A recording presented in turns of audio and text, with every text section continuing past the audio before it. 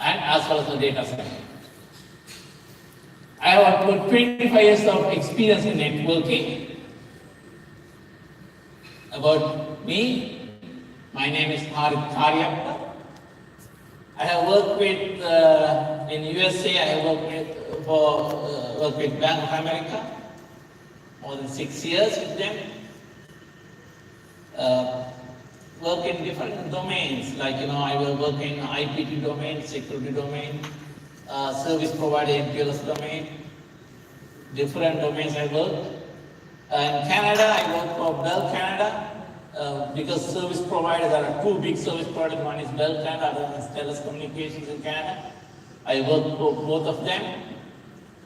And I work for an enterprise, a gold partner, flexible solution. So where I want to see the enterprise side of it. Then in UK, I go to UK, and UK I work for Deloitte, and work for BT, British Telecom. That's one of the monopoly telecommunication in UK. But there are so many, but they are leading. And I work for two other enterprise solution providers, managed 24/7 and Provista. Currently, I am working for Orange Business Services in France, where we have a big contract with BAS of Germany. Now, in this contract, I am working as a lead solution architect for the SDN implementation. About my educational background, I am a BS engineer from University of Peradeniya in Sri Lanka, and then I got my master's from University of Toronto. As a professional qualifications, I am a certified novel engineer, CNE, NCSE Master Certified Systems Engineer, also Hexa CCIE, and ATD accredited design of uptime for data center design. And I'm surprised to see even a smaller country here. Recently I saw news like we have a uptime certified 4, tier certified 4 data center in Sri Lanka. Even UK we have only one tier 4 and all are tier 3. Also, I'm a Prince2 certified practitioner in a project management. That's my background. So I introduce myself because I'm not known in Sri Lanka. So always I believe the speaker should introduce himself before presenting his slides. People think different ways, but that's my opinion. Okay, the agenda. So again, what is software-defined networking? It might be boring a little bit, because you already heard it, but we'll look a little bit differently. What does SDN consist of? What are the benefits of SDN? Relationship between SDN and intent-based networking. At least Dr. didn't use that intent-based networking keyword, but he covered that, but it is there. So we call it intent-based networking. Relationship between SDN and NFV. Also he has touched that. SDN implementations today and future for SDN. What is SDN? Now, before I want to go to the SDN, let us see. I want to have some analogy why the SDN comes up. Now, we'll think about the internet. If you look at the internet, it's a huge success. Like the internet has become huge success. Today, we are in the world where we cannot work without internet. The moment the internet is down, you will be panicking. I'm surprised to see here how important the internet is. Now, these days, all these political dramas going over here, I saw there's a news coming. or they are going to disconnect all the internet connection from Sri Lanka to everywhere else. So people get panic. So they have even politicians or anybody, they understood how much we are relying on this internet. So it has improved so much. It's a big success. Now, initially, internet came as a research. It's just a research. They want to just do some communication with the two different universities. It comes as a research, and today it has become a global infrastructure. And there are a lot of innovations and applications on the internet. You see so much of innovation. After internet, we never thought about social media about 20 years back or 15 years back. But internet was there. So there's something else came into that, innovated. Now today we are talking about Facebook, LinkedIn, Twitter, whatever. We never thought we can stream a video. YouTube has become so popular. It's innovations. All this become we can see, that's what, as Mr. Kirti also mentioned, is the fourth industrial revolution. We are seeing it that. Even though we are not part of the first, second, third industrial revolution, but in fourth industrial revolution, we are seeing all those things. So, the internet has enabled a lot of innovations, applications, also VoIP applications if you think about it, so many. Here they are going to point VoIP, social network. But the internet infrastructure remained stagnant barely for decades. The infrastructure, the routers, switches, or cables, whatever, there's not big improvement as what we are seeing in the applications. There's not big innovations. Even if you look at how the routers, how the routing algorithm are used, whatever we used about 25 years back, they are using the same thing today. There's not big improvements. There's not bigger innovations on that area. Why? You see, if you look at internet, we can see there's an infrastructure or technologies, routers, switches, or DWDM circuits, whatever. And then at the middle we have a protocols, which is controlling like you are TCP, BGP. And on top of that, we are coming with so many applications. Now, you can say, as I told you, there's a lot of innovations applications. Yeah, we can see so many innovations applications. Even if you look at the hardware level, there's so many innovations. They input the forwarding path. So much. But in the middle layer, those internet protocols, like the routing algorithm. If you look at BGP, the BGP, what we were using about 30 years back, they using the same BGP. There's not big improvements. There's not big improvement in the routing protocols, the routing algorithms. So it is stagnant. It is there. It is not moving.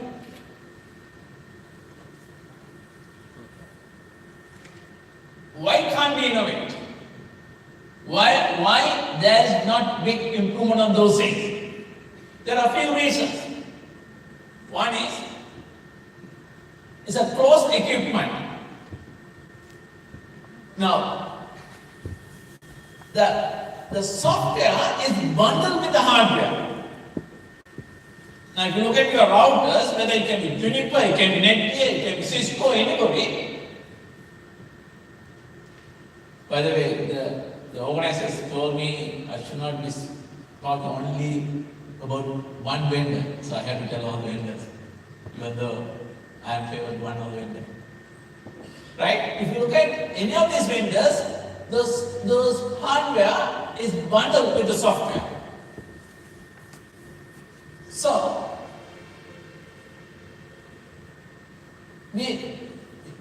those are the vendor specific software developments. If you look at Juniper's networking operating system, doesn't work on Cisco's hardware.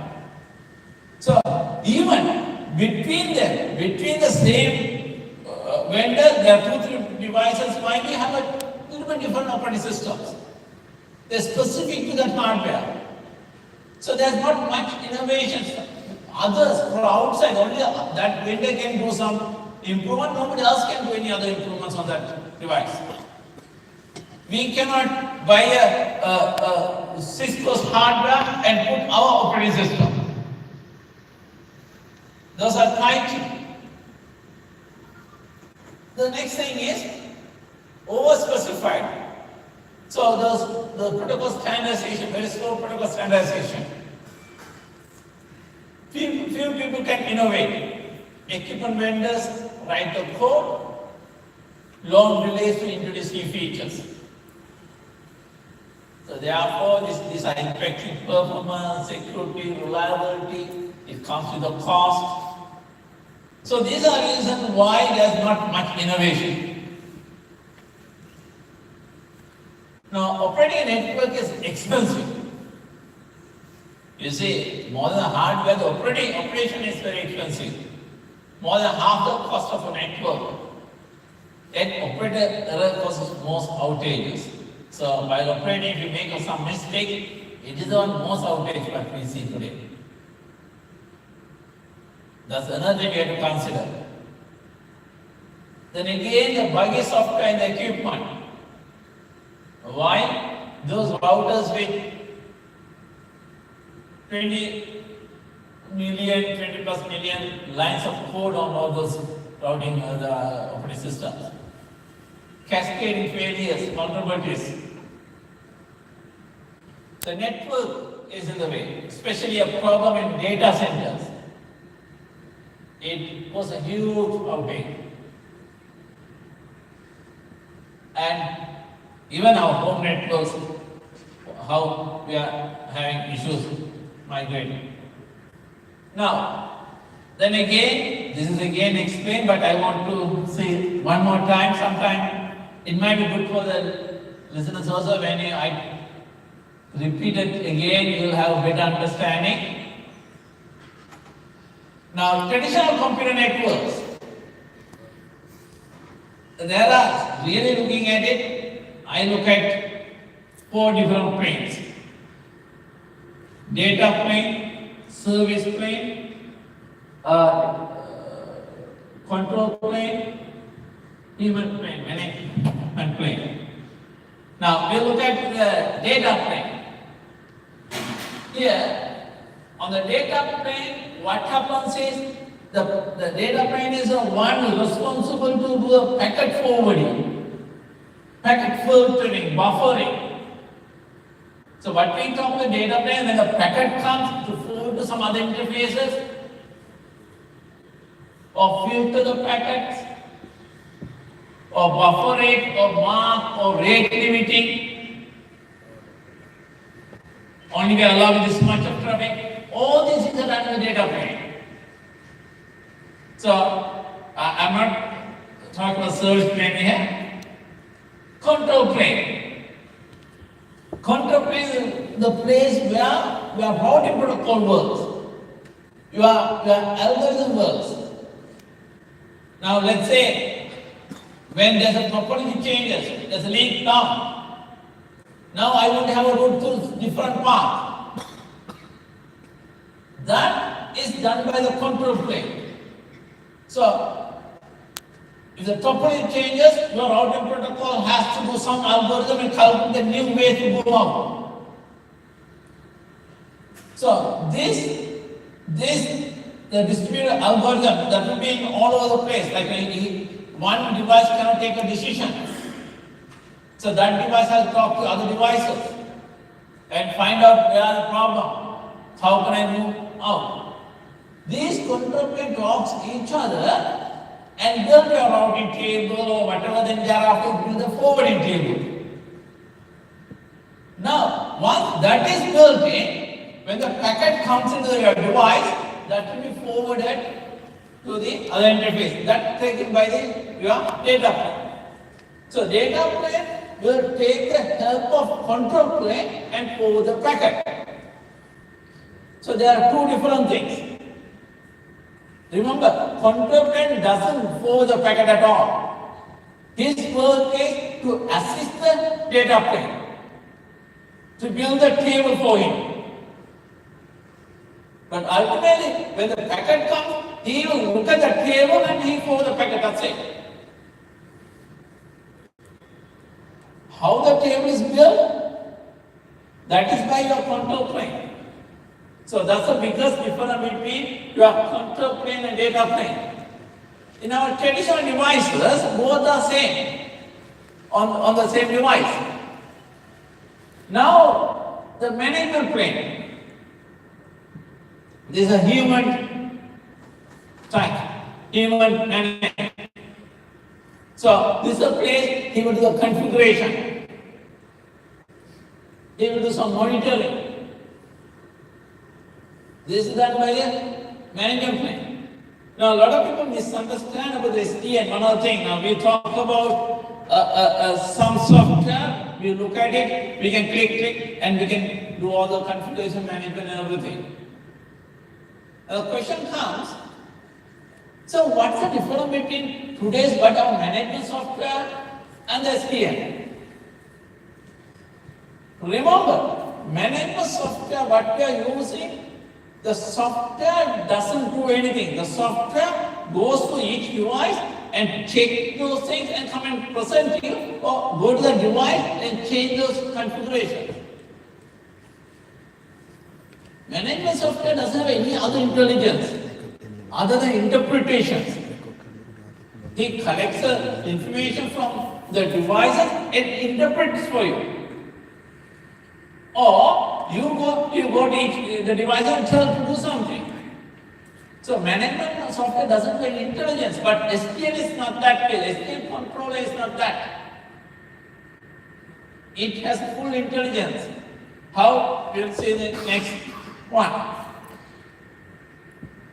Now, the new design, new paradigm, software-defined network.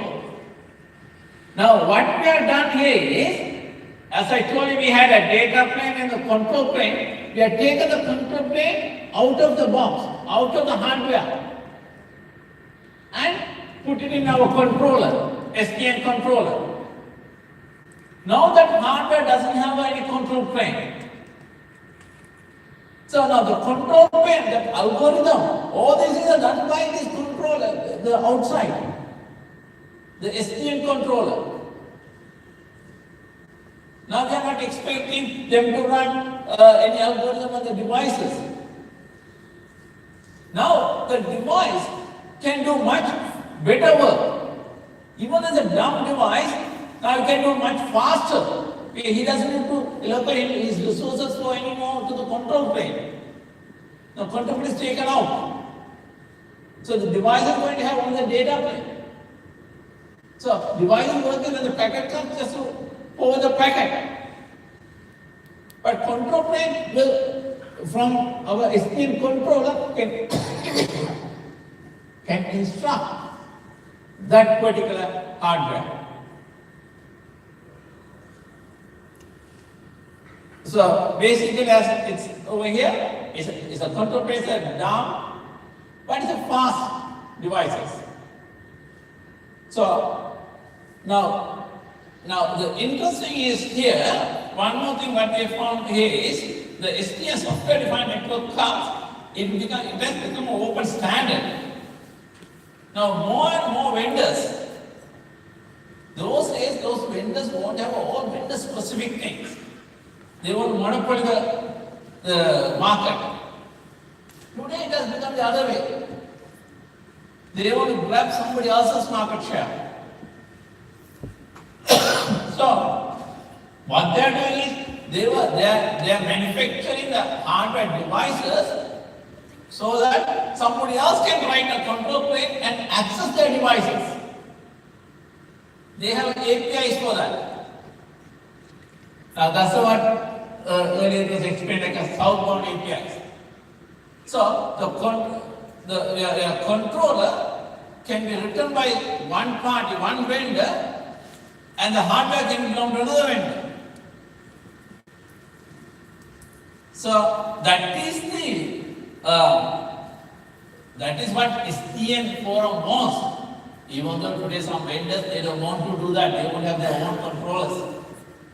But the expectation is, everybody should be able to write APIs and also able to interface with anybody's hardware. So that we can bring more innovations. If it's open, more people can do algorithms on that. That's the whole idea behind it.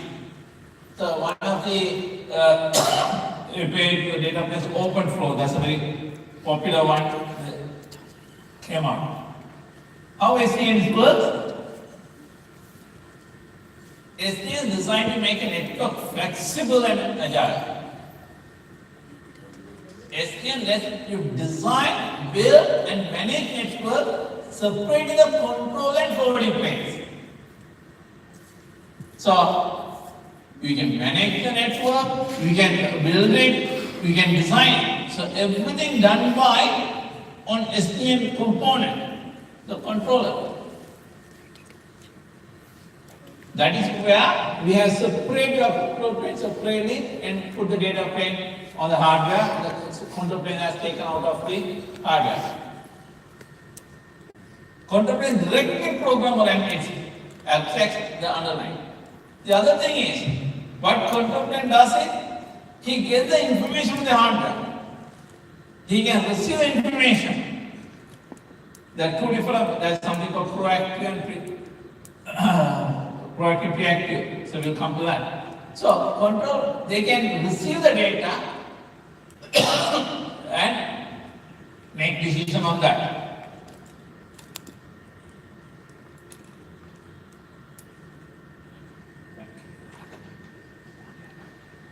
Now, here the controller's programmability. Now, if you look at the controller, so the controller can have an application. It can have a Node 1 API, and it can have a network operating system. You can have different naming. As Dr. mentioned, like there are different flavors. But what I'm looking at is a network operating system. Now, there are two things that happen. One is, from the events from the devices, he takes it. If there's properly change happens, it informs the controller. If there's any traffic statistics, if you want, that informs to your controller. Meaning the network wires. So all this information he can grab into your controller. Then the controller can give the commands to the switch devices. He can create a new rule, he can delete the existing rule, he can ask specific information. Now this is not only for just the forwarding or routing, but also for the services, like firewall service. Example, from the controller we can implement it. We don't want to have any firewall specific hardware over there. Just the dumb switches we can have it, but the firewall services can be implemented from the controller. Now, one example, like all these days, general concept on the switch, one VLAN. You connect the same VLAN to devices, they can talk to each other. If you have to stop talking in between them, you have to go and create a special VLAN accesses, etc. More complex ways of doing it. Otherwise, by default, all the same VLAN can talk to each other, one broadcast domain. But with the controller features, you can just click two ports and tell these two ports, I don't want to talk to each other. And that information is given to them. When the first packet comes, the packet will send to the controller and ask, what shall I do with this information? No, don't allow it. Thereafter, it does that information, the rule is applied to the devices. It's distributed. It's not necessarily source and or destination method. It can be a flow method, distributed. And everywhere the rules applies. He doesn't need to go and require again and again the controller. So it's becoming fast switching. So not only the switching, but also other services can be implemented. Here the reactive versus proactive. Now there are two types of SDNs we can implement. One, the reactive SDN. Switches will send the packets to the controller first packet, first time. Then controller programs the switch flow to enable and handle the rest of the flow. So this problem is every time, the first time the new packet comes, it has to send to the controller. The controller will go and tell, okay, do this flow. So you may have so many packets that want to do this. These are reactive. Depends on the packet, you apply rules. The reactive SDN. The other one is what you call proactive SDN. Where he will go scan through the whole device, as we said, it has a whole bird's eye view, holistic view. On that, he can, looking at that view and proactively apply some rules. Control program the switches proactively according to its own knowledge of the network. And we can also interact and we can give some knowledge to it. Because smarter approaches than just reacting to the network device. So it can discovery has to do, it can do some or the updates, if anything changes come, it has to come to the controller, etc. Then controller decides what to do and apply those rules and keep it. So those are two different vendors, different things. Now I want to come with another analogy. This is again I got it from internet. There's another very nice analogy, I like it, of this is. Again, as very well Prof explained that with the computer history and everything, if you look at and comparing the mainframes and the traditional operating system today. Now earlier we had a mainframes. Now the mainframes, if you look at, there's no innovation in the mainframes. Few companies, they had their own mainframes, that's it. Because those are vertically integrated, closed, proprietary, slow innovation, small industry only we had it. Because when they have a specialized hardware, specialized operating system, specialized applications. On the mainframes, those days when we had mainframes, those devices are specialized, that vendor. There's no application, you can't write an application for that mainframe. That vendor has to write the application. His own hardware, his own operating system. So there are few vendors around the world, only they monopoly, there's no improvement, there's no innovation. That's how the mainframe was there. So that's why the industry didn't move much. The movement, now what we use is operating systems. Like for example, today's computer. Yeah, we can have either Windows or Linux or Mac operating system. These are the facilities where people can write applications. It's an open interface. You can go and develop applications to work with the Windows or work with Mac OS or Linux. We didn't have that facility when we had mainframe. So this is SDN and today traditional network. Today traditional network, you can't go and write an application to work with that thing. Whatever application we are writing, just to monitor or manage it, not to control it.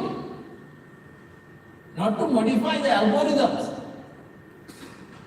But SDN can do that. Same thing here. When you have mainframe, it's just closed. But we have this operating system, we can have so many applications we can write. Then again, the hardware, you can have the Windows operating system run on different Windows hardware. It can be HP's hardware or Dell or whoever. We can run on Windows. But in your mainframe operating system, we have to go to the same vendor can only use the same hardware. So huge industry open, so many microprocessor technology came up, so many applications came up. This is exactly how I'm looking at the analogy between traditional network and SDN network. Traditional network is like a mainframe and SDN is like the piece computers what we are using today. It's a horizontal, open interfaces, rapid innovation, huge industry today. Same thing, another analogy, routers and switches. Here, look at the router switches, same thing. Now, when you have the traditional routers and switches, it's a vertically integrated again. It's a closed, it's a proprietary, you can't do anything on those devices, those routers. But when you look at the SDN interfaces, where we can have a control planes, different control planes we can have. Different vendors can develop different control planes. Like Windows, Mac OS, Linux, we can have a Cisco's control plane or Juniper's or HP or whatever.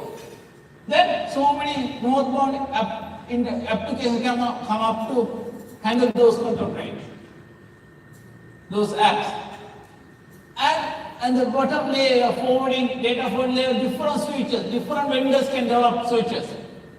So that's how I'm comparing traditional devices to the SDN, mainframe to the normal computer. Then we can have a dynamic access control. You see, inspect the first packet of connection and check the consult what is the access control policy I'm having. Install rules to block or allow the router traffic or route the traffic. So it's dynamically happening. The rules may be not there at the beginning. So when the packet arrives, the rule can apply. So different ways we can implement it. Seamless mobility integration. Your device is connected to one switch, or maybe wireless access point, or wired, and we are moving the device somewhere else. Because control plane knows this device was able to trying to go to this particular destination. Even if you move, it happens right away. Then you can do load balancing. Similar way. I'm running out of time, so let me quickly finish this. Other challenges. Control delay and overhead. Those are challenges that we face, but there are so much improvements today. Control is much slower than the switch. And processing packets lead to delay and overhead. So, but those are a lot of improvements today we can see in the industry. Then again, as I explained, the distributed controllers. We can have multiple controllers. We can have controllers where they can replicate the database each other. So it doesn't matter which controller is controlling which switch. You can have redundancy. You can have scalability. If this controller is busy, you can hand over that to the other controller.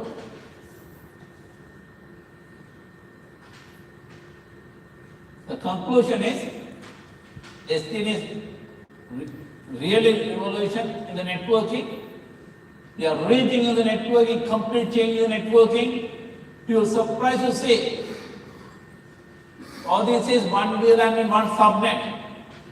When the SDN comes, we can have the same VLAN, we can have any IP address anywhere. complete rethinking. Separation of control and data. Big momentum we can see today. So SDN consists of, again, is there SDN controllers, southbound APIs and northbound APIs. Southbound APIs talks to your devices, northbound APIs, your applications talk to the controller. And you can develop many applications. Limit, unlimited. What SDN can do for you, this is one of the vendors' slide. Simplify operations, build program networks, achieve faster time to market, lay the foundation for intent. Benefit SDN, fast and automated application deployment, on-demand application delivery and mobility at a scale, greater resource flexibility and utilization. Reduction of IT costs by enhancing the benefits of data center virtualization. Now we are talking about more CapEx, but really, if you look at operation-wise, ultimately, your ROI is very high if you really analyze the business case. Intent-based networking. This is a part of SDN. It's a block of SDN, I must say. Now what it does is, it's like he learns a network. He learns and adapt his control plane, like artificial intelligence. So even the intrusion detections, we talk about the IDS servers and all, similar thing. So he takes it and adjusts himself automatically or dynamically. I don't have much time to explain this. Software-defined networks are automating the process of network management. Automation complete. Intent-based networks add context, learning, and assurance capabilities by tightly coupling with the intent. SDN be a building block of the intent-based networking. I can give the slides to organization later. You can see this. SDN and NFV, network function virtualization, NFV, uses hypervisor and cloud computing technology for network automation. NFV, if you look at NFV, that works best in the context of network services, OSS layer 4 and above. So OSS layer 4 and above, the NFV works. But whereas the SDN converges the management of network and application services into OSI level 0 to 3. You may have a question, what is 0? You have heard about only 7 layers, right? In some places we call 0th layer the DWDM, right? Those are 0 layers. So I don't want to get more into that. SDN implementation today and tomorrow, rapidly growing with many vendors innovations. So many vendors are in the field now.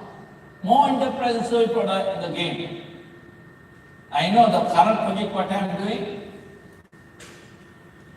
we had so many vendors quoted for almost similar prices. And it's a huge point. And everybody, the thing is, you must understand the product is very new to the industry. Nobody, even the things what I am implementing today, even that vendor has not implemented such a large scale. So this particular customer is our guinea pig, right? So we told the customer, this is, we are, the first time we are implementing, but we have the confidence. So the vendor is giving us the confidence, they will when their things according to us. So these are new things. But that is the future going to come. So if you look at the cost savings for the management of the network, huge. That's why our customers convinced. The traditional network models being rewritten. So whole new game. At last, if you want to contact me for any reason, so you can either use arif@binetsystems.co.uk. In fact, Dr. Pascal asked me and I gave my current project address, and that email would bounce for some reason, maybe Dixon or something. Or my generic email, arif or my last name @gmail.com. So you can use any of these to contact me. Unfortunately, my time is very limited because I have to go out now. In fact, I'm still, today is my working day because I'm working from home to my German customers, so they are starting 12:30 our time here. So luckily I don't have any meetings till 1:30. After that I have to be online. So therefore I can't spend much time with you. Again, thank you for your invitation. Love to see you all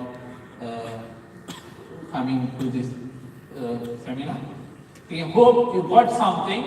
Unfortunately, I'm sorry I have to repeat what earlier presenter has done, but I have looked at it from a little different angle.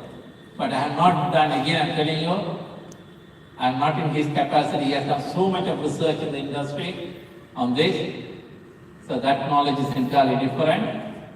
My knowledge is only limited to implementation, right? They develop the products, we just use the product, right? We are facing the customers to use the product. Universities always, they do so much research. That's why the industry is growing so fast. Again, thank you guys. If you have any questions, I don't have time to question and answer now. You can email me, so I can answer whatever possible. Okay. Thank you very much, guys.